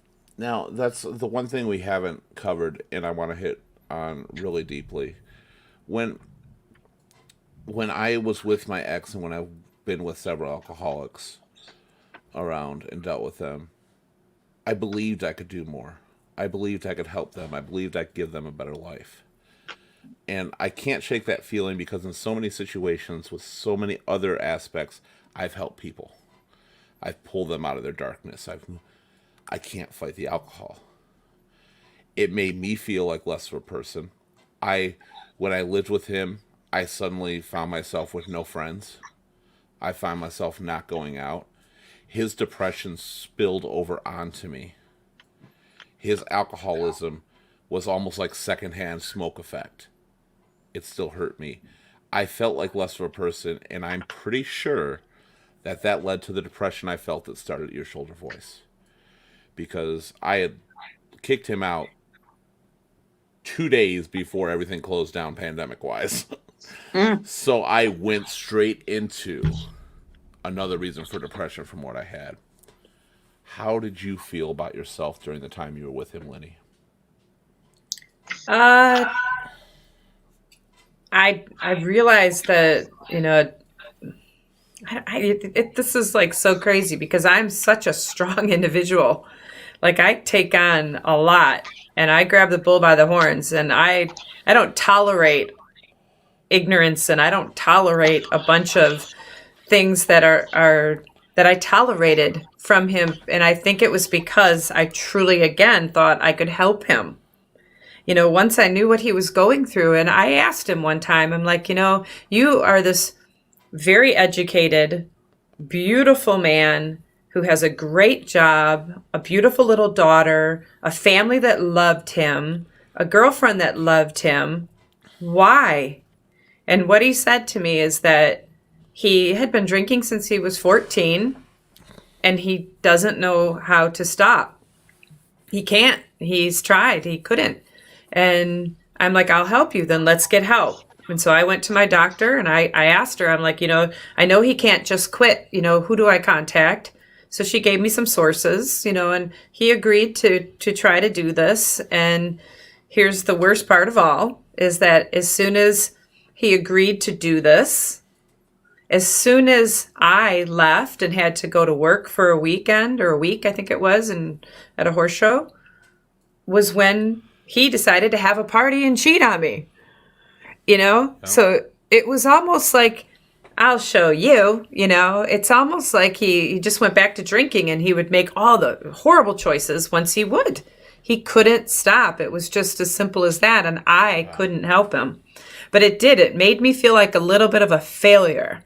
Yeah. And I wanted so badly to, and even afterward, I tried to stay friends with him because I knew he didn't have hardly anyone left, because he burnt so many bridges with people. He made some very poor choices with people. We would have parties, and things like that. He would invite all these people and hardly anyone would show up. It would be all my friends that would come, and then he would get mad at them and then chalk them off the list, and have another reason to drink. It was just terrible. It was such a spiral. It was just awful. That's what I was saying too, is I feel myself to be a very strong person who can always help people through things. And I felt like a failure. Like I couldn't do that. Bill says that you can't help them unless they want to help themselves, which is really true. And that's with anything. But with everybody else in my life, and there's been hundreds. What made me feel bad? I gave them a reason to want to help themselves. I could not do that with an alcoholic. And I truly felt failure. What were you going to say, Jan? What made me feel bad? Mom, how can you do this? Why are you lying to me? I seen you, and then 7 years I didn't see you, and then you went through the rehab, you had the accident, got fixed up, had the surgeries and everything, you learned your lesson, you look at that back and that hand every day, and you see the plates and the pins and everything, and you sit there and you say, Mom, it's on me, it's not your fault. I'm Mom, it is my fault. That's how I feel, and he's not going to change that. Nobody's going to change that. The hardest thing that the strongest people have to learn, especially like Lenny and yourself and everybody out there, is that if they don't want to, that you can't do anything. And I realize that heroin is bad. I realize that every addiction is bad out there. I think alcohol is one of the worst and one of the hardest out there to deal with. Because I had to hit rock bottom. I was going to go to Bill. Bill, what is rock bottom? Rock bottom is when you feel like the hopeless. You go into this dark corner and then you get there and you slit your wrist. That's rock bottom for me. All right. I felt like I didn't want to live anymore. What was the point? I lost everything and nothing's going to work. And I'm in this dark thing, feeling sorry for myself with the pity and everything else. And I'm like, I fell into woe is me. And then what the hell? I might as well finish the job. That's rock bottom. My extra story. So, what can I ask? Okay, so you hit rock bottom. First, Jan, I wanted to ask, Jan was trying to say something first. What was it? That's why I couldn't figure out with my son, because he was living at the viaducts. He had everything he owned in his backpack. He was sleeping at the viaducts. He would, wherever he could go, he would sleep in the doorway. I'm like, what more do you need? How much more do you need to wake up? You've got a family that wants to help you. It's not enough because nothing, and they love you with all their heart. And they do. The alcoholic thinks you're the greatest person in the world, and they don't realize how much they put that bottle in front of you and ahead of you. Are they afraid? Are they afraid that you're going to judge them? Yeah. Is that why they Well, hide it? I I mean, what just is? told my girls recently, after we found out where he was again, I just told them recently, and then what he had done and everything. I said, you know what? I'm not chasing him no more. I can't. No. I've got my life to live. I've got my husband who's got 2 chronic diseases. The other kids are doing good. I can't chase him no more. And I don't like that, but I can't do it. I You have can't to keep push. You track have of to. him anymore. We as So- strong people have to make the hardest decision, which is So- to realize we can't fix it. Go ahead, Lenny. So, Bill, getting back to you hit that wall. What was it that made you go, I'm going to get help? Actually, actually, it was my daughter. She come in and I had my wrist slit. All right. She called the police and they asked me what I did with the knife. And I said, you're the detective, find it. I was at obliterate. They literally dragged my ass out of here. And that's when I ended, up in seeing a psychiatrist. I went from the So- hospital to a psychiatrist. So, how long has it been that you have been able to get away from it and stay sober? July 9th. Yep. I've not had a drink since then. 9 months. So good for you. Well, you I- mentioned. Urge isn't there at times. It is. All right. But like I say, I attend meetings and find other ways, other avenues, because Well, I know that's if I go out there, I'm going to obliterate myself. Yes. well. I am so proud of you for finding that avenue yes. because I've lived through that, and the person I was with couldn't. So God bless you, I and you're. wanted to. Yeah. Go ahead. I'm sorry. I mean, it's just I'm so proud that you were able to do that, and you are. I'm hope that you can tell other people that there is Life help. after the bottle. Yeah, you can do it. You just have to put that mind to it You and have want to do to. it. You have You to hit- want to do it. You hit me really hard with the story when you mentioned that you were sitting there and you slit your wrist, and that's literally what I walked into my ex doing, sitting in the shower in his underwear, slitting his wrist. Mind you, he was using an electric shaver. He wasn't the smartest bull in the bunch. But instead, his mom was freaking out, crying, and so scared, and I just bitched the fuck out of him and walked away, said, go ahead and kill yourself, I don't care. Because a lot of times it is that rock bottom point. For him, it wasn't. So I agree with Lenny with that statement that you should be proud of every step you've taken, Bill. Now, Bill, I know you had a moment, if you don't mind me mentioning it really quick, that you didn't think that 9 months was very good. I should say if you don't mind because I just said it anyway. That you didn't think 9 months was very good and there was nothing to be proud of. And you I should don't be want to proud. pat myself on the back and get too overconfident. See, sometimes 9 people do days. that and then they say, well, I can have a drink now. Okay, And I well, don't feel like that. pat yourself on the back, but don't have another drink. Right. Okay. We are all we are all prone to make mistakes. To err is human. And we'll all, no matter what we quit, we'll probably go back to it and try it again at some point. I can't eat certain fast foods and stuff just because I went so long with giving it up and what I ate that I still try it again. But then you realize the mistake, and why you can't do it anymore. It's with every addiction out there, including alcoholism. Every hour you make to every day, to every week, to month, to year is to be celebrated. It doesn't matter because that is that long of a struggle that you could have covered with something else, that you made a conscious choice to make your life better and make you a better person. You should be proud and never take that away from yourself because nobody else will take that away from you. You should be proud of you. One Well, thank question you for before I go to saying that. Colorn. Before I go to Colorn, I have one question for Bill. We were talking with Jan, Lenny, and myself, and how much it damaged and hurt us in the process. Were you aware how much you were hurting people, Bill, while you were doing it? Only after the fact. Only after the fact. When I found out I did this or I said that, and you know, and I found it hard to believe. My wife told me at one time, okay, she felt like she was walking on eggs. Hmm. All right. I'm with her. I put Yeah. her, I put that fear of me into her.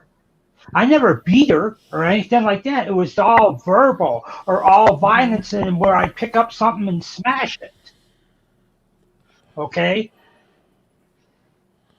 And we had other things going on too, but my marriage eventually went right down the toilet, and I watched it. You know, But there's some people out there that and just doesn't help. I can't go back. I can't rebuild the bridge that's been destroyed. I would like to, but I can't change it. There's some amends you can make, and there's some you can't. But there is one thing I with the tried. statement. You can't rebuild the bridge that was destroyed. That's very true. But nothing is ever stopping anybody from building new bridges. Just to different places and different areas, and realizing there's still so much to see in life. Quickly, Bill says, but Keith, the French toast breakfast sandwich, where can I get that? That sounds great. I was like, Cole Orton has, and I wanted to get to this question, but I was waiting until we got through the other part. Do you think that there should be a governmental system in place to help these people by force for their own good, even if they don't want it? And my answer to that is fuck no. Unfortunately, when it comes No. to the government, too many people are just I don't know how to say it because the word's not coming to me, but they're against the government and anything they do. And I think that will cause people to drink just to be defiant. That was the word. Defiant. I Against it. agree. Because the government's trying to control me, fuck you, I'm going to drink. I do, however, think that government systems should be in place to help these people by choice. That want help, right? Yes. Where they Where can they get have- help, where it doesn't cost them a boatload to get help. Yes. I do believe the government should step in that way. And a lot of people are against that statement because I don't want my tax dollars going to this. Well, I'd like my tax dollars going to this to prevent one of my family members from being killed by a drunk driver. Right. There's a Well, I lot of have to say, aspects. I have to say, as a vet, okay, I ended up at a place called a Manual House because I got in contact with the VA because I like I say, I seen the warning signs, and I talked to a counselor at the VA, and I ended up he made arrangements for me to go to a place called a Manual House, and all I had to do was get dropped off at the VA, and a bus would come and get me, and that was government funded. I didn't have to pay for anything. Yeah. So, yeah, I think the government should get involved in that aspect by providing, places for people thing to is- willingly go. The problem is the government funded. You don't have to pay anything because you're a vet. A lot of people aren't. If by coincidence we haven't had a war for you to be in, and you're a young person, getting that help early is a good idea, but the cost of doing it is ridiculous. And to go to the places currently that are free, they don't care about you. Does They it group cost? you. Does it cost anything to go to AA? Uh, Does anyone know that answer? No, AA, they don't. no. What they have is they have a thing where you put money in if you want to, but their whole philosophy is if you can't do it, come anyways. 'Cause Okay. you are A important. donation But thing. many rehab places, if you want a decent one, do cost a buttload of money. Aside the free ones, they just don't usually help on there. And Bill says Burger King for that French toast breakfast sandwich. Damn it, Burger King is one of those places that makes me sick whenever I eat it. Sad thing is, I love it. I grew up on Whoppers, so I did. I don't think government should step in as far as forcing. Government should not really force people to do anything to a point. I mean, obviously, trying to force you not to commit murder is not a bad thing. But as far as self help, no. But there should be options and there should be avenues out there for people to go to that don't cost them a buttload, that truly care about the person.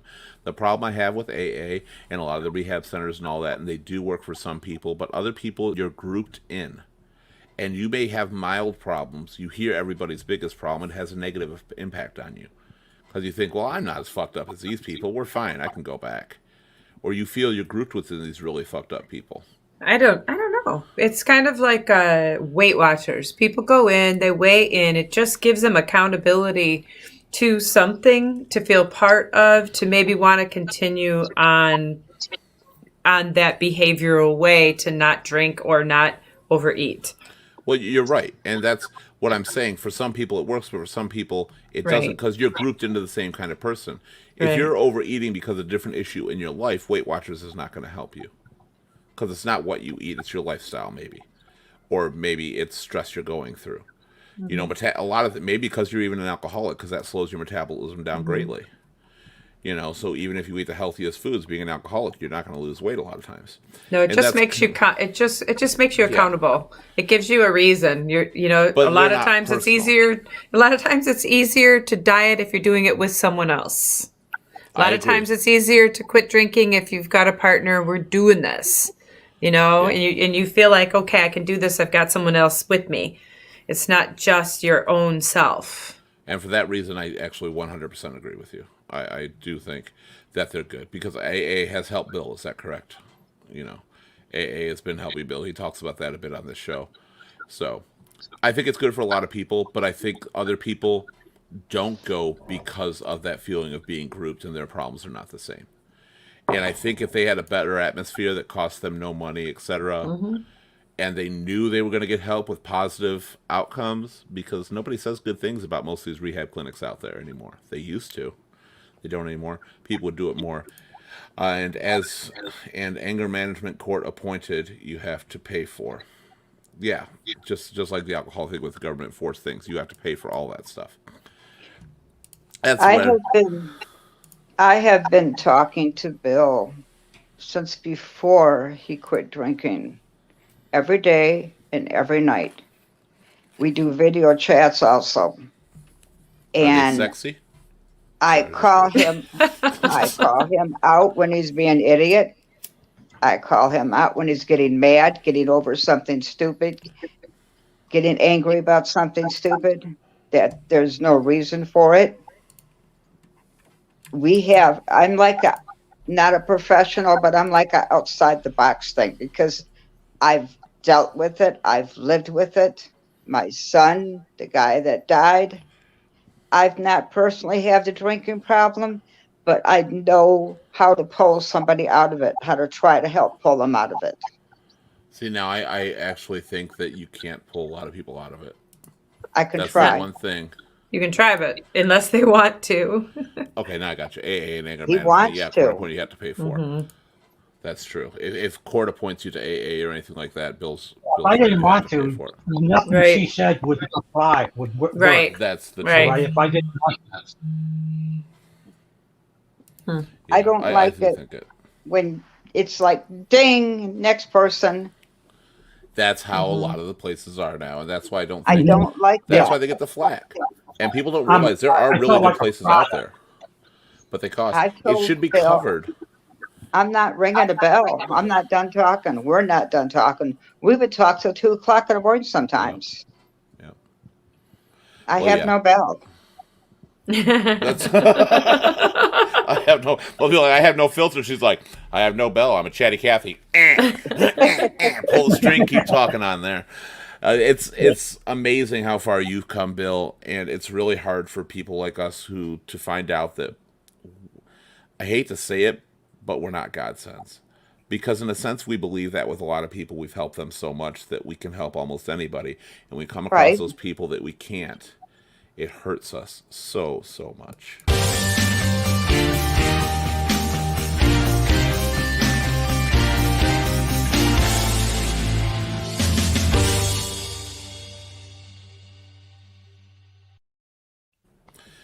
Alcoholism affects everybody. It does. Whether you are the alcoholic, whether you're not the alcoholic, it doesn't matter. One thing we've learned though is there are 100 different types of them. Just because you happen to be somebody who drinks on occasion doesn't mean you're full-fledged alcoholic, and people should not be judged that way. However, when you have to use it to control every aspect of your life, you need help. You can't do it alone. People like Bill will attest to the AA thing on there, that it does help a lot of people because there's support around him, especially if you're alone. But it's most damaging to your family. It's most damaging to your friends, the people who love and care about you most, who want nothing but the best for you and actually see beyond that outer shell that you so try to hide. They love the person inside. They want that person to be around. They fell in love with that person. They think they're wonderful. Alcoholism is no joke. And if you think you can help somebody get over their problem when they don't want to get over it, you're wrong. If you think you can convince them to want to get over it, you have a shot. But you can't blame yourself if you fail, because it takes control of their life. But they do need help. And if you can't do it, point them in a direction for people who can. Find people who've been through it like Bill to spread the word that life can continue. Life can go on. You're not a bad person. And reality's changed a lot since you first started drinking. It's changed tremendously. Try it out. You might like it a lot better. Give it a shot. I am Keith Litfin for Ear, Shoulder, Voice. Today's topic was, of course, battling the battle of fight with alcoholism, because that's something that many of us deal with on so many days, in so many weeks, in so many years, and in so many aspects of our life. There are people out there that have struggled. You can get through it. You can get by. Your life can continue. You are a good person. Let it shine. Stop hiding it behind that stuff. It's not worth it. Your life will not end because you quit. It may because you didn't. And don't forget that. Coming up on our next show on Sunday, our open forums are back. We did not have one this Sunday due to one of our panelists being ill. That was me. So we were not able to do the show, but it's back on Sunday. So join us. Talk about anything you want, any topics you want to bring up. We're here for you. You want to hear them, and we will discuss them with our panel and everybody in the chat. It's all about use. Our next topic coming up on next Wednesday is I Need a Break, Mental and Physical Escapes. This is something I think we can all relate to in the monotonous day-to-day lives that we deal with that are stressful and overbearing, and we just can't seem to get away, and especially being locked at home for the last years for many of us. We just need to get out. So how do you get that break? How do you escape from it? Is it a mental thing? Do you just picture yourself somewhere? Do you have a way to relax? Do you binge watch something? Or is it physical? Do you need to go on a vacation? Do you need to do something? Do you need to go work out? Whatever it happens to be. How do you get through these breakdowns? Mental depression is very easy to set in on absolutely anybody. If you think you're immune to depression, you are wrong. Depression can hit anybody. Don't forget, you can always like, share, subscribe, and follow to Ear, Shoulder, Voice on Facebook, Twitch, Twitter, Instagram, LinkedIn, and YouTube. We're on all those. You can live chat during the show on most of those networks as well. But not only can you live chat right there, you can chat with us anytime simply by going to earshouldervoice.com and chatting through our messenger there. Contact us via email if you want to. And that's actually becoming now a social network for people, so feel free to join in on there and communicate with everybody. But also you can go to Facebook Messenger through our Facebook page. Go just search Ear, Shoulder, Voice, and we are there. And we'll talk to you about anything. We don't care what's on your mind. If it's a good thing and you just want to spread the news, message us or post it in the group or on the page. We'd be glad to discuss it with you. If you're dealing with hard times and depression, you don't know what to do, same deal. We're there for you. We don't care. We don't judge. The odds are we've been there before, and so have many people you know. They just don't talk about it. We will.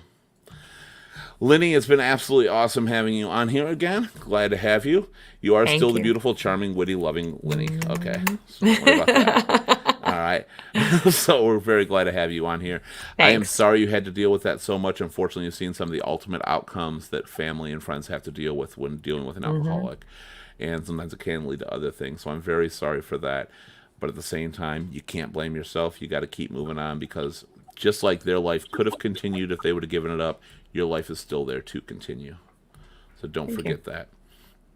Bill, as somebody who has been struggling with this for so long and has lost everything, I appreciate your story so much. You being able to come out and talk about it is amazing, and hopefully an inspiration to other people. the fact that you fell off the wagon once and got back on is another inspiration, because some people think once they fall off the wagon, that's it, they're done, they can't do it. You said, fuck this, no, I can do this, and you continued, and you deserve applause, and you deserve gratefulness for that, because your family, your friends, and the people that care about you are forever grateful. And the one person that should be most grateful is yourself. You did an amazing thing. Thank you for being here, Bill. Thank you for having me. And Jan, you brought it through the aspect a lot of people don't know, that we don't always know when we're with an alcoholic. We can't always tell. We don't know the difference in somebody just having a drink because we don't experience it ourselves. We don't know that feeling. We don't know what they're going through. And if you're not an alcoholic, you will never know what's going through the mind of one. You will not understand it, and they hide it. And the fact that you now recognize that, and you see your mistakes, you learn from that, and you are smarter in your life, is something that should be appreciated by everybody, including yourself. You are a great woman for that, and I hope that everything keeps getting better for you. You don't need to be in those kind of situations anymore. So I thank you for being here and sharing your stories. Thank you. You are great. Just before we go, Bill does say that his ancestors caused all this. The Scottish invented alcohol, so the Irish couldn't rule the world. Gotta blame it on somebody. There you go. That's the problem with alcohol, is you gotta fucking blame somebody else for your fucking problems. Yeah, But then damn again, you're kind of Scottish- blaming your own family, so it's okay. Thank you again for joining us on Ear Shoulder Voice. We will see you all on Sunday and next Wednesday. You have a great night. Bye, Good everybody. night. Bye. Bye.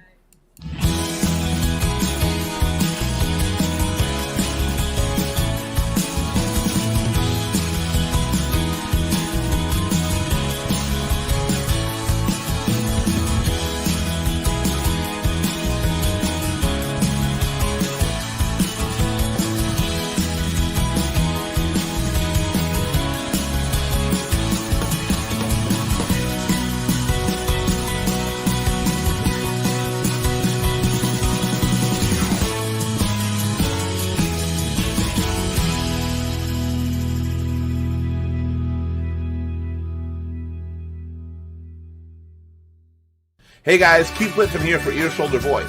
While you're here, why don't you like, share, subscribe, and follow so you can be notified of all our new broadcasts that we're bringing to you live every week, and live chat during the show. You can also head on over to www.earshouldervoice.com, find out more information, suggest topics you'd like to see our panel discuss, and even apply to be a guest panelist yourself. I think that Jan and Bill forget every time there's the after show. I love the sweater. Love the sweater. Got the coffee cup too.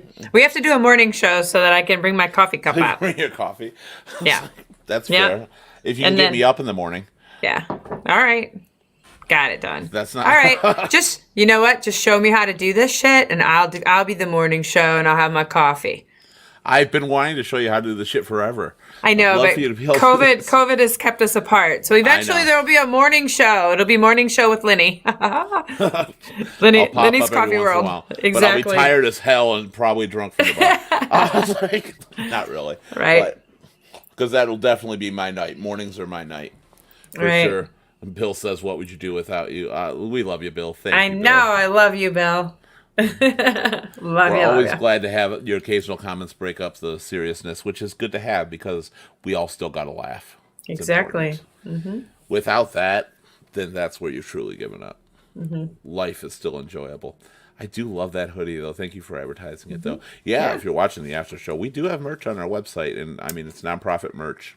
If anything goes to operating costs, but pretty much we don't make a profit off it. It's just for you to share and get the word out, so we have more people who will want to join us. Because this helps a lot of people, and we're glad to be here. And Lenny, I'm so glad to have you here. Yeah, I'm glad to have you here. So I got my COVID shot, my second one. I'm vaccinated. So Not I'm yet. You got 2 weeks now still. Yeah, but I'm double vaccinated. My arm hurts. It hurts to like lift it. That's about it. The first shot didn't hurt, but I did the drive-through thing. This last one, the first one in Florida. You know, they were like, squeeze it, put it in. You don't even feel it. I didn't even know I had a vaccine. And then this one, you drive through, and the lady's like, no. I think they put it in higher, so it's like now closer to my shoulder, so it hurts more when you move it.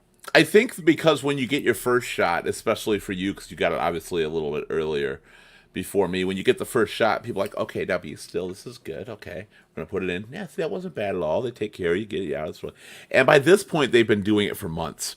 Right. So now they're Come like, here, come here, next. Right, right.